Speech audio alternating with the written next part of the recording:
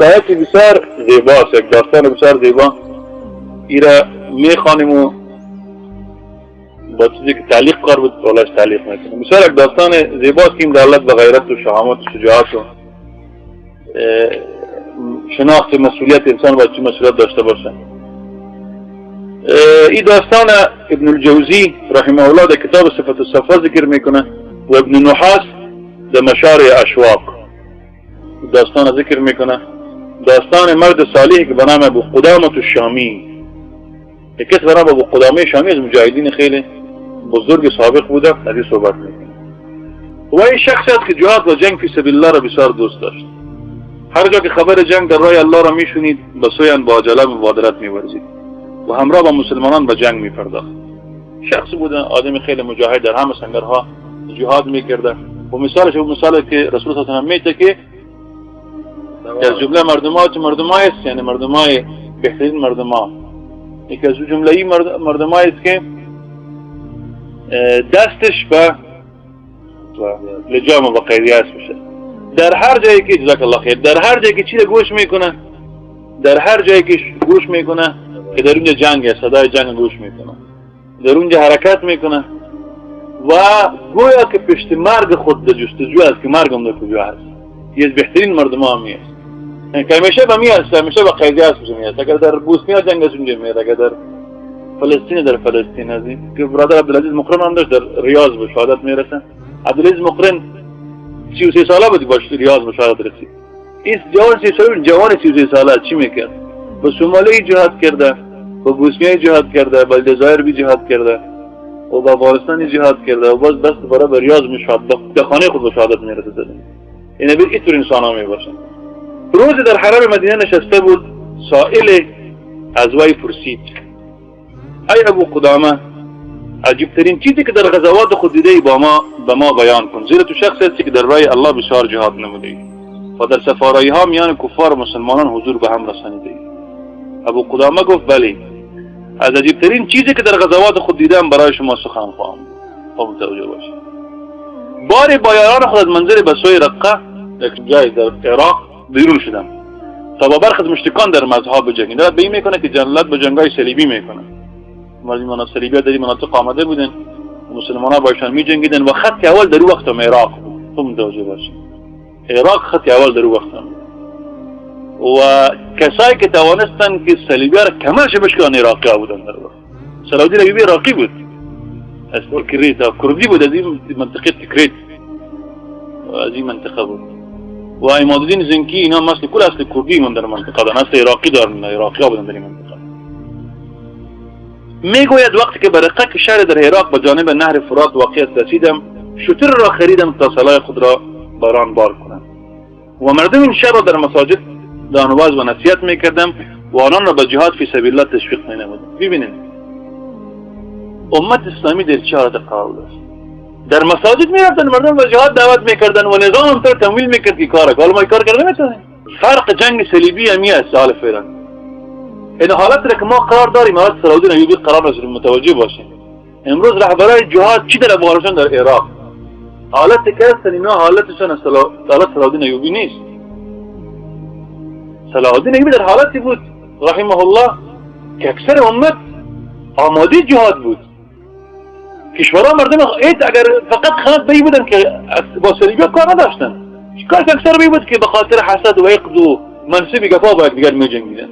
اما هیچ وقت کسی از جهاد من نمیبینه. در عراق میگه داخل شدم سرحدات است و این وظیفه یک نظام اسلامی است که نگه نظام سقوط میکنه، یک بخش از امت در احتلال اشغال و سر میبره، باید دیگه امت به دست به هم. ببینید عادی میره از مدینه سفر میکنه به عراق، مردم به جهاد دعوت میکنه به سوریه که بجنگین در شام. این حالت بعد ما از خاطر ما بگیم فعلا رهبرای جهاد نیست. رهبرای جهاد ان شاء الله اینا ثوابشون خیلی زیادتر است. توجه باشین، اینا در حالتی میجنگن که اصلا امت آماده نیست که بجنگه. بگذار که نظامای کفر و نظامای رده و نفاق بجنگه، همه مخفی هستن، شما مشاهده میکنن. و بر انفاق به خاطر یاری اسلام تبلیغشان میکردن، زیرا آنان که وظیفه حفاظت از اسلام را به عهده دارند. همین امت اسلامی همین که شام شد منزل را به کرایه گرفتم تا شب را در آن سپری کنم. با مجرد که به عراق داخل میشه دیگه نیست کار پشت هتل بگرده. اول شروع میکنه دعوت به جهاد. بعد شام که میشه ببینید احساس مسئولیت است. از مدینه آمده به عراق، عالمی رو به شام میشه. وقتی پاره از شب گذشت دروازه منزلم کوبیده شد. تعجب کردم چه کسی در این وقت شب دروازه را میزنه؟ زیرا من شخص نیستم که در این شهرها شهرت داشته باشم یا کسی من را بشناسد. آدم غریب است. از نوع چی غریب است؟ کسی ما خیش و قرابت صرف پیوند عقیدتی است. کسی که در تاریکی شب آمده است. اما وقتی که دروازه را گشودم زنی را دیدم که در چادر خود را به گونه‌ای پیچانیده بود که هیچ جای جسم دیده نمیشد. وقتی این زن را دیدم خوفزده شدم و گفتم ای کنیزک الله بر تو رحم کند، تو چی میخواهی؟ گفت آیا تو ابو قدامه هستی؟ گفتم آره. گفت تو بودی که امروز به خاطر کشورهای مرزهای اسلامی مال جمع‌آوری نمودی؟ گفتم آره. وقتی که این جواب را از من شنید یعنی متأکد شد که تو ابو قدامه هستی، خطی را همراه با یک توته بسته شده به سوی من افغان انداخت و خود به حالت گریان از نزد من برگشت. ابو قدامه میگوید عملکرد این زن مرا در شگفت افکند. یک کسی میاد دروازه رو در نیم شب میزنه، توته بسته رو میندازه، تو ابو قدامه هستی یا از مرزهای اسلامی دفاع میکنی؟ آمده به این خاطر اینو بگی. اما در او خوف بینه بود. حالا خوف از دروازه کسی بزنه تو فلانی هستی؟ ما او نیستیم. او کرد ببین حالت فرق میکنه. حالتش خوب حالت بگو حالت. گفتم آره. در حالی که آن توته بسته شده پیش روی من قرار داشت به سوی نظر انداختم. که چی هست؟ به سویش من نظر انداختم که در آن نوشته بود ای ابو قدامه، ای ابو قدامه. این نوشته کرده در توته خط برش. در خط نوشته کرده که تو امروز ما را به سوی جهاد دعوت نمودی. جلالت میکنه که زن در این مراکز بوده، در این مساجد بوده، که خطبه جهاد گوش کرده. و من زنی هستم که توان جهاد کردن را ندارم و نه مال دارم که واسطه تو را آماده کنم تا با مجاهدان یک جا شوی. پس بهترین آن چیزی که در جسم من بود که عبارت از موهای سرم است. از آن ریسمان تیار کردم و آن را تقدیم تو کردم تا در بستن اسبت از آن کار بگیری تا الله به سبب آن گناهان مرا ببخشد و در بهشت داخلم. ببینید آلی این احساس امت بین امت نیست. پیش امت احساس است، پیش هر فردش، زن مرد طفل خرد بزرگ احساس است که در این جنگ خودم اشتراک کرده نمیتونم. مال ما بگی من اشتراک کرده نمیتونم، اولاد من بگی به جنگ ببر. من اشتراک کرده نمیتونم، گیلاس آب خدا نمیتونم در جبهه در گیلاس آب برد میتونم. هیچ چیز کرده نمیتونم. ببین یک زن است موی خدا قطع کرده با که کار عمل غیر شرعی است و به ابو قدامه اشاره میکنه. اما از یک جانب غیر شرعی، از جانب دیگه ببین چقدر به جهاد رغبت داره. موی خدا چی کرده؟ ریسمان ساخته یا قدر. ببین حال کسایی ما فقیر هستیم، ریسمان ساخته کدی استفاده کنیم در جهاد. ابو قدامه گفت سوگند به الله که من از حرص و شوق این زن به جنت تعجب کردم. با وصف که این عمل او یک کار غیر مشروع در دین بود ولی شوق بهشت بر او غلبه داشت و او را وادار به دین کار نمود. ابو قدامه میگوید آن توته بسیار در میان لباسا و سامان خود گذاشتم. زمانی که صبح شد و نماز فجر را ادا نمودم با برادران خود از رقه بیرون شدیم. وقتی به قلعه مسلمه بن عبدالملک رسیدیم در آنجا شخص از سوار از عقب ما صدا میزد به جهاد راهی میشن.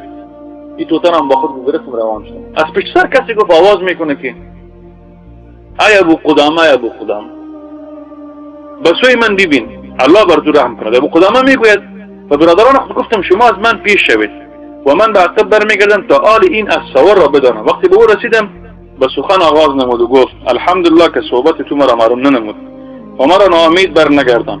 و وی گفتم خدا بر تو رحمت کند، چی میخوایی؟ گفت میخوام با تو به جهاد برم. گفتم چهره خود را به من بنمای. خدا پوشانیده بود. اگر بزرگ بودی و جهاد بر تو واجب بود تو را خواهم پذیرفت و اگر خرد بودی تو را مسترد خواهم کرد. نقاب از روی دور کرد. تو گوی ماهتاب است. جوان در عمر 17 سالگی قرار داشت. از وی پرسیدم پدر زنده است؟ گفت پدرم را صلیبی ها کشتند. پدر صلیبی ها کشتند و من بیرون شدم تا با کسانی بجنگم که پدرم را کشتند. این احساس مسئولیت است. امروز بسیار کسا پدرش کشته شدن خودشون در این نظام هستند. این نظام شرم ندارن، حیا ندارن، تجارت نمیکشن، تو به این نظام هستند. گفت بله.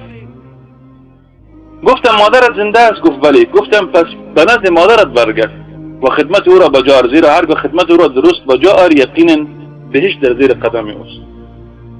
بهش زیر قدمش به ایمانه که وقت خدمت کنی به جنت داخل میشی. دونه که همیشه مادرها به جنت داخل میشن. بعضی کسا در مفهوم نگیرن. ابو قدامه میگه این جوان از گفتای من تعجب نمود، گفت سبحان الله، آیا مادرم را میشناسی؟ گفتم سوگن والله نمیشناسم. گفت مادرم همان صاحب همانت یا صاحب رسمان است. همون صاحب رسمان است. شب بعد رسمان آورده بود، از موهای سر خورد. من پسر از او هستم که شام نزدت آمد و رسمان را برایت داد تا اسب خود را بان بسته کنی. گفتم آره. پس از احوالان به من چیزی بود. گفت او مادر من است و مرا امر نبوده که به جهاد روم و شهید شوم و مرا قسم داده که به نزد او بر نگردم و گفته است ای پسرم هرگاه با کفار روبرو شوی هرگز مقابله با آنان روی مگردم و جان خود را پروردگارت هدیه بدی و نزدیکی الله را بجویی و همنشینی پدر و برادرانت را در جنت دلت بی میکنه. برادرانش هم شهید شده. اگر الله شهادت را برایت روزی گردان پس درباره من شفاعت کن. بعد از آن مرا در آغوش کشید و به سوی آسمان دید و گفت بار الهام. مادرش برش گفته این پسر من و گل خوشبوی روح من و میوه قلب من است که با تو تسلیم کردم. پس او را به پدر و برادرانش نزدیک کرد. ابو قدامه میگه سوگن به الله کار این پسر بچه را به تعجب افکند.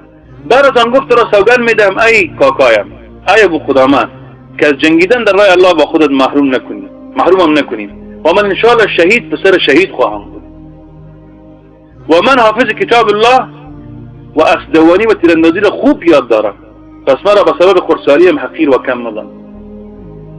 ابو قدامه میگوید وقتی این سخنان از وی شنیدم نتوانستم که او را مسترد کنم. بنان او را با خود گرفتم. پس سوگن به الله که هیچ شخص را جدیتر و فالتر از وی نیافتم. در همه حال ذکر الله بر زبان او جاری بود. زمانی که به سوی قارگاه خویش میرفتیم در حالی که روزه‌دار بودیم. نزدیک غروب آفتاب در محل دستپای خود پیاده شدیم تا افطاری خود را بپزیم.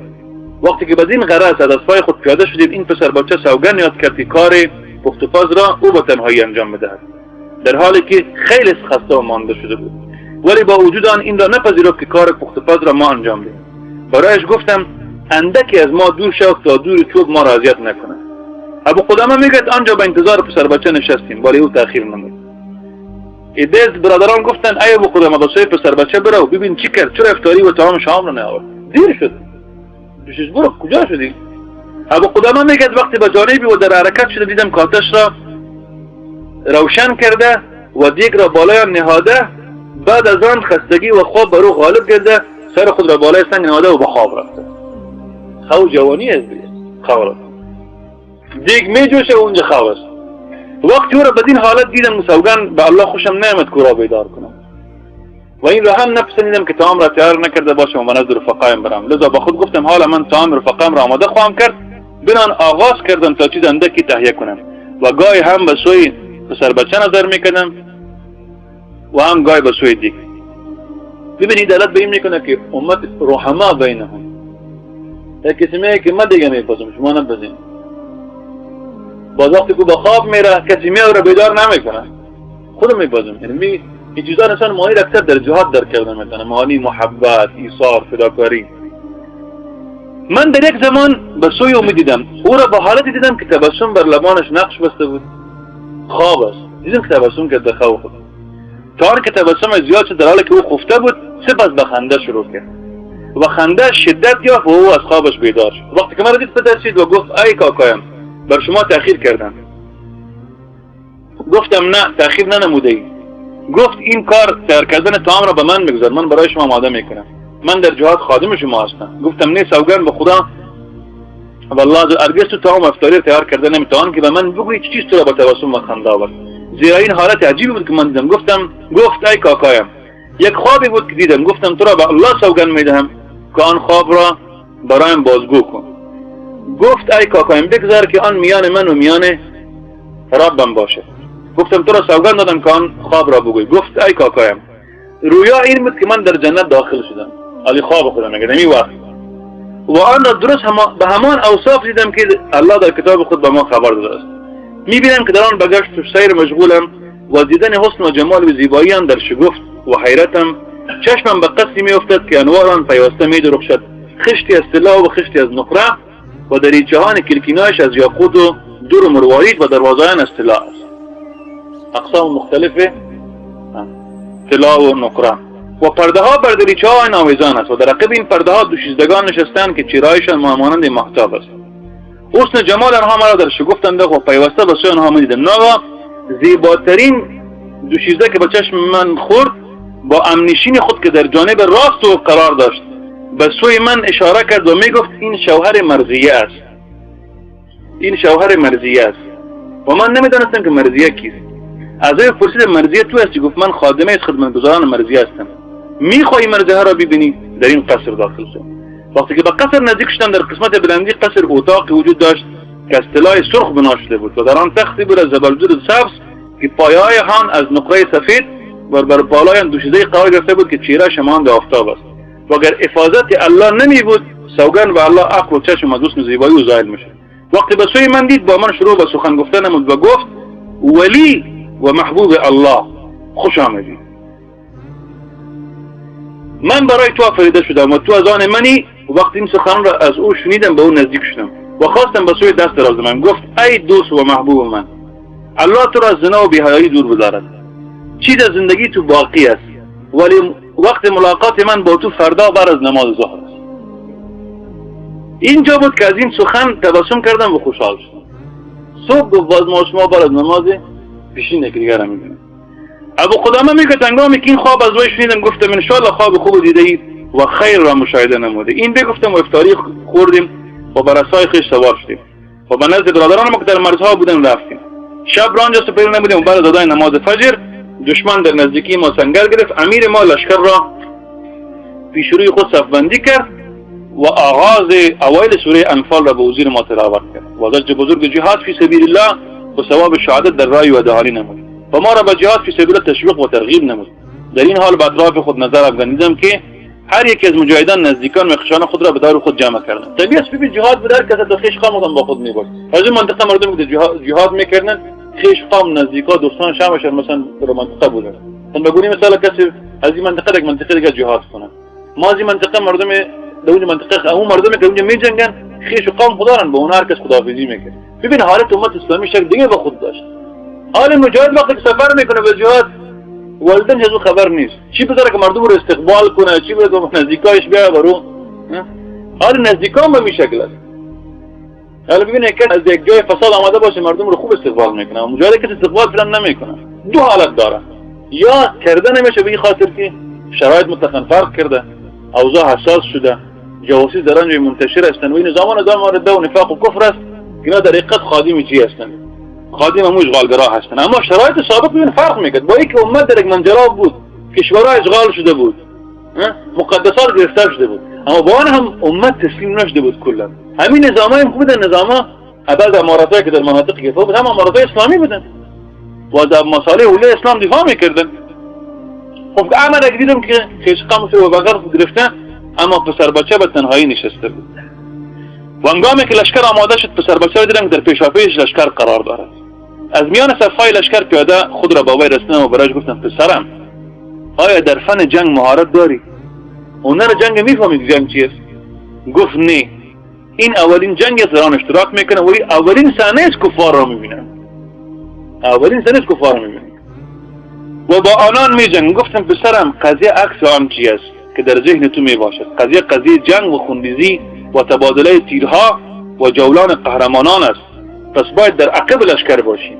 اگر پیروزی بر ما مقدر بود تو با ما پیروز خواهی شد و اگر شکست مقدر بود پس تو آخرین کشته شدگان جنگ خواهی بود.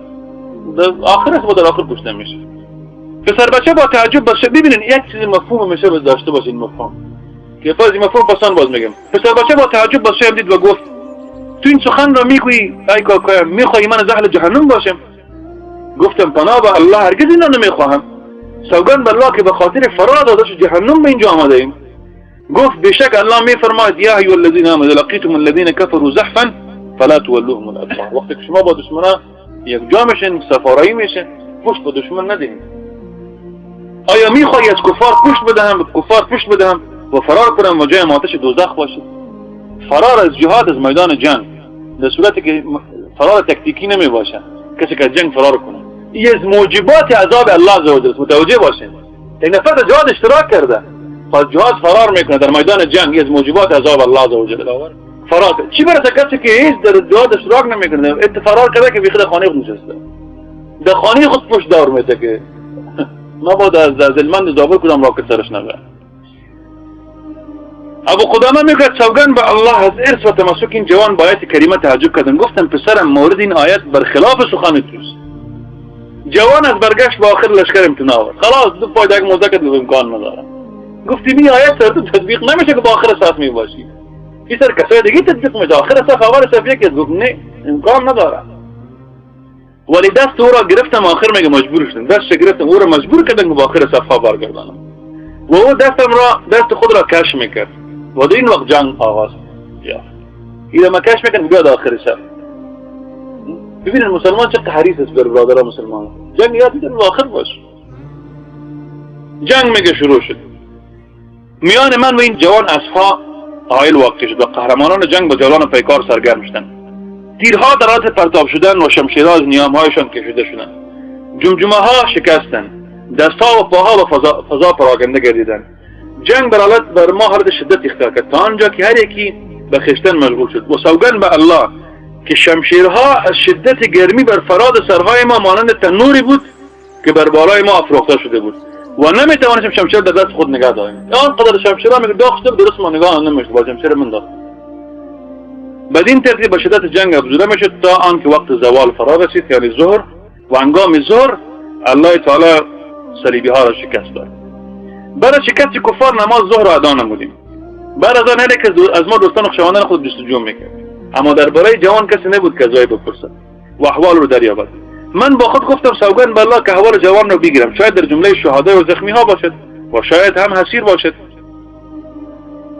او را جستجو میکردم که ناگهان از عقب خود آواز شنیدم که میگفت ای مردم ابو قدامه را به نزد من بفرستید. پس به محل صدا رفتم، آنجا جسد جوان به زمین افتاده در حالی که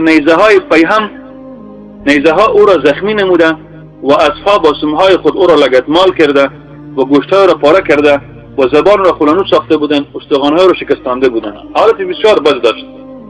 او یتیم افگنده در بیابان سوگند به الله به سوی آن رسد رفتم و خود را پیش روی افگندم. با آواز رسا و بلند صدا کردم و گفتم بلی من ابو قدامه هستم. پس گفت همه شکر به الله که مرا اینقدر زنده نگه داشت تا آنکه وصیت خود را به تو بگوید. پس وصیت مرا بشنو. ابو قدامه میگه سوگند به الله که به نیکی ها و حسن و جمال وی گریستم. از روی شفقت و مهربانی بر مادر وی که در رقاع قبرش گریه کردند. مادری که 1 سال قبل پدر و برادرانش را از دست داده بود و در این سال پسر خود را از دست میداد. پس شروع کردم با گوشه از لباس خود خون را از روی زیبای و پاک میکردم. هنگامی که دانست من ابو قدامه هستم و خون از رویش پاک میکنم، با شنید و گفت ای کاکایم خون را با لباس خود پاک میکنی، با لباس خودم پاک کن. با لباس خود پاک نه، با لباس ما پاک کن. ابو قدامه میگه این سخن مرا سخت متاثر نبود و بسیار گریستم و جواب نداشتم. بعد از آن با صدای گرفته گفت ای کاکایم تو را سوگند میدم هرگاه بمیرم بر قبر گردیم و شرق قبرم و شهادت مادرم را مژده بدهید و برایش بگویی که الله هدیه تو را به حضور خود پذیرفته است و پسرت در راه الله رو به رو و غیر پشت گردانده کشته شده است و اگر الله مرا در جمله شهدا نوشته باشد سلام را پدر و برادران در جنت خواهم رساند. صفت به سخنان خود ادامه داد و گفت ای عمویم من از این خوف دارم که مادرم سخن تو را باور نکنه. شاید بچه‌ی مسیر شده باشه، شاید زخمی شده باشه. کوچیکو پس چیز از لباس خونالودم را با خود ببر تا با دیدن آن سخن تو را تصدیق کند که من کشته شدم و برایش بگوی که جای ملاقات من با شما انشاءالله جنت است. ای کاکای وقتی به خانه ما برگشتین در آنجا خواهر کوچک مرا خواهید که عمرش بیش از 9 سال نیست. هرگاهی که به خانه وارد می شدم از دیدن من خوشحال و شادمان می شد و هرگاه از آن بیرون می شدم گریه می کرد و اندوگین می شد. سال اول شهادت پدرم دردمند شد و امسال به مرگ من متاثر خواهد شد. و هنگامی که لباسهای سفر را در تن من می دید و این را بدید که مادرم لباسهای سفر را به تن من می پیچاند گفت برادرم تأخیر مکن و به زودی به سوی ما برگرد. ای کاکای وقتی او را بدیدی قلب او را به سخن خوب خوش کن و برایش بگو برادرت میگوید خداوند بهترین جانشین من برای تو است، یعنی تو را حفظ میکنه. ابو قدامه میگوید بعد از آن حالت جوان وخیم شد و حرفایی داشت که با صدای گرفته زیر لب زمزمه میکرد ولی من نمیدانستم که چی میخواد بگوید. بعد از آن با بسیار فشار بر خود توانست اینقدر بگوید سوگند به الله با رب کعبه که خوابم راست شد. سوگند بالله این حالا مرزیه را بالای سرم نشسته است و بوی او را احساس میکنم. بعد از آن سینه‌اش بالا و پایین شد و ورق از زمینش فرو ریخت و ناله‌های زار از او شونده شد و شهید شد. و بعد از آن گوشه لباسایی را که با خونش آلوده شده بود با خود گرفتم. بعد از آن یگانه کاری که تصور میکردم قابل اهمیت این بود که به شهر برگردم و نامه را به مادرش برسانم. امان بود که برقب رفتم ولی نام مادر این شهید را نمیدانستم و این آن نمیفهمیدم که در کجای شهر سکونت دارد. من بدین تفکر در کوچه های شهر میرفتم. ناگهان نظرم دختر کوچکی با خود جلب کرد. طبیعت مجاهدین حال از میدان رفتن به شهر و هر کسی در منتظر است که ببینه که کسی شهید شد، کسی زخمی شد، که تاثیر شد، احوال جنگ چی است. در نزد دروازه ایستاده و با آمد رفت مردم میبیند و هر کسی از نزد عبور میکند. در او علائم سفر را مشاهده میکند. از او میپرسد ای کاکایم از کجا آمدی؟ میگوید از جهاد. دختر برایش میگوید برادر من با شماست؟ میگوید من برادرت را نمیشناسم. شخص دیگری از نزد وی عبور میکند. همیشه که ادامه داره شخص سومی و چهارمی تا که مایوس میشود و میگوید چی شده که مردم از جهاد به خانه خود میایند ولی برادر من نمیآید؟ ابو قدامه میگوید وقتی دختر کوچک را بدین وضع دیدم به سویش متوجه شدم. او نیست انگامی که آثار سفر را بر چهره من مشاهده نمود و بوجی را که لباس خونالود شهید در آن در داخل بود در دستم دید. گفت ای کاکا از کجا تشریف آوردی؟ گفتم از جهاد. گفت برادر من با شماست؟ گفتم مادرت کجاست؟ گفت مادرم در داخل خانه است. گفتم برایش بگو تا نزد من بیاید. وقتی مادر درار که در چادر خود را پیچانیده بود بیرون شد آواز مرا شنید. گفت ای ابو قدامه برای تعزیه آمدی یا برای مژده؟ حال سوال بود تعزیه آمدی یا مژده برام میگی؟ گفتم الله بر تو رحم کند. عزا و مژده چی معنا دارد؟ حالا تعریف دیر برام کده نه چی معنا دارد؟ من چی رو برات بیارم؟ گفت اگر بر منی خبر را بگویی که پسرم در راه الله به مقابله کفار روبرو غیر پشتینده کشته شده است پس تو بشارت دهنده است، زیرا الله تعالی توفه مرا به درگاه خود قبول نموده است. ببینید امت به این حالت که برسه باز شکست نمیخوره. به این حالت که انسان برسه امت به این حالت یک بار که رسید باز شکست کسی نمیخوره. امت باز کسی شکست داده نمیتونه. یک کسی خود فرزند خود تقدیم کنه برو بجنگ. توفه‌ای که از 17 سال بعد این سو آمادهش کرده بودم و اگر این خبر را آورده باشی که پسرم صحت و سلامت و با غنیمت از جهاد برگشته است و سوگند به الله تو تعزیه دهنده هستی زیرا الله هدیه مرا قبول نکرده است. گفتم سوگند به الله تو را مژده میدهم بیشک فرزند تو در راه الله روبرو غیر پشتنده کشته شده است و اصحاب را لگدمال کرده و الله تعالی از وی راضی شده است انشاءالله. گفت گمان نمیبرم در این خبر راستگوی باشی. این میگفت و گاهی به سوی من و گاهی به سوی بوجی میدید. دهن بوجی را گشودم و لباس خونالود پسرش را در آن خون و گوشت روی موهایش بود برایش پیش کردم و گفتم ما این لباسهای او نیست؟ آینمان پیرهان نیست که به دست خود را پوشانده بودی؟ ابو قدامه میگه وقتی پیرزن لباسهای خونالود پسرش را دید گفت الله اکبر و خوشحال گردید.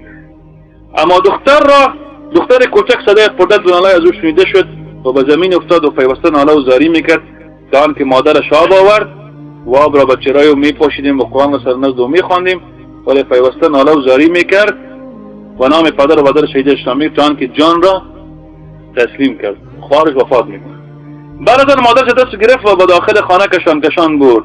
دروازه را بر روی من ببست و میگفت بار الهه شوهر و برادران و پسرم را در راه تو از دست دادم تا شاید از من راضی شوی. هنوزا هم به شک که از ما راضی میشن. ما که هیچ کار نکردیم ما بایستیم که و مرا به ایشان یک جا نمای الهی از من راضی شو.